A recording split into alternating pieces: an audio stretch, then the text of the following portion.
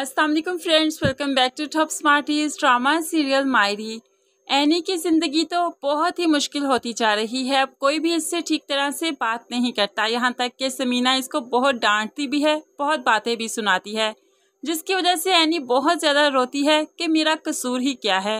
वो अपनी माँ के पास भी गई और कहने लगी, कोई मुझसे बात क्यों नहीं करना चाहता, मैंने कुछ नहीं किया, आप मेरा यकीन कीजिए।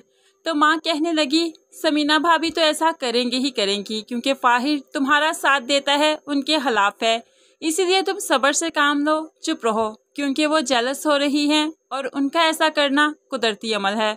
दूसरी तरफ फाहिर जब घर आया तो एनी फिर से परेशान थी और फाहिर को बताने लगी, सब मुझे मुजरिम समझते हैं, गुनहगार समझते हैं, जैसे वाकई मैंने ये गुनाह किया हो। लेकिन फाहिर यकीन करो, मुझ पर यकीन रखो, मैं बिल्कुल बेकसूर हूँ। हमजा का झुकाव मेरी तरफ था, मेरा उसकी तरफ कभी भी नहीं था। तो यहाँ पर फाहिर को एनी की बातों पर यकीन है। एनी फिर से रोने लगी। तो जब एनी रोती है तो फाहिर बहुत ही बेचैन हो जाता है, इसलिए उसे कहने लगा, रात को खाना खाने बाहर चलेंगे ताकि तुम्हारा मूड अच्छा हो जाए। अब एनी खुश हो जाती है। रात को तैयार होकर जो बाहर निकलने लगे तो समीना सामने ही खड़ी थी। कहाँ जा रहे हो तुम लोग? तो फाहिर बताने लगा, आज हम बाहर खाना खाने जा रहे हैं। तभी समीना कहने लगे, इस घर के तौर तरीके भूल गए क्या तुम लोग? रात का खाना हम सब मिलकर खाते हैं और आज भी ऐसा ही होगा, इसलिए चुपचाप बैठ जाओ, कहीं भी जाने की जरूरत नहीं। एनी फाहिर की तरफ देखती रही और फाहिर माँ की तरफ देखता रहा। माँ के हाथों मजबूर ये जा ना सके, इसलिए एनी को फिर से गुस्सा आ गया कि समीना उसके साथ ऐसा क्यों कर रही है। ये फराज साहब जो काफ़ी दिन से गायब थे आज घर आए, तो साइका ने पूछ ही दिया, इतने दिन आप गायब रहते हैं, कोई अता पता नहीं, कोई फ़ोन कॉल नहीं, आखिर कहाँ होते हैं आप?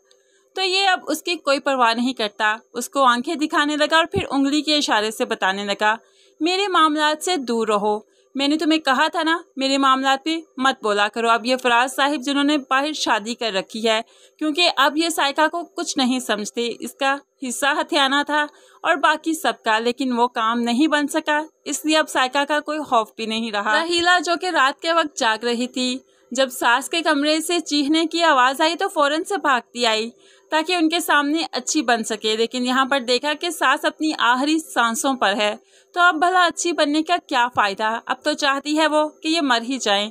उन्होंने आगे बढ़कर अपनी मेडिसिन पकड़ना चाही तो रहीला ने पाँव से वो पीछे कर दी ताकि वो मेडिसिन ले ना सके और उनकी सांस बहाल हो ना सके। अब ये तमाशा देखती ही रही और वो तड़पती ही रही। अब जैसे उनकी तड़प खत्म हुई, रहीला भी दरवाज़ा बंद करके सुकून से जाकर सो गई कि ये बुढ़िया तो गई। अब वो चाहती है कि ये बुढ़िया जाए और उसके बाद फाहिर जो कि अभी नाबालिग है, उसके हाथ कोई भी कारोबार की चीज़ नहीं, तो वो बहुत जल्द हबीब के नाम सब कुछ लग जाएगा। लेकिन वो ये जानती नहीं कि ये मरने वाली बुढ़िया तो सब कुछ समीना के नाम लगा गई है कि जब फाहिर बालिग होगा तो उसकी माँ उसके नाम सब कुछ कर देगी।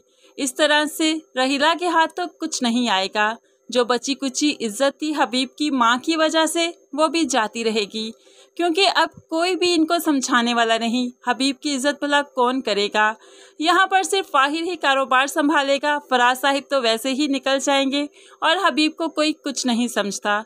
दूसरी तरफ रहीला जो कि फायजा का रिश्ता करवाने में मगन है, ये भी इसकी चाल कामयाब नहीं होगी, क्योंकि माँ के मर जाने के बाद इन्हें कौन पूछेगा।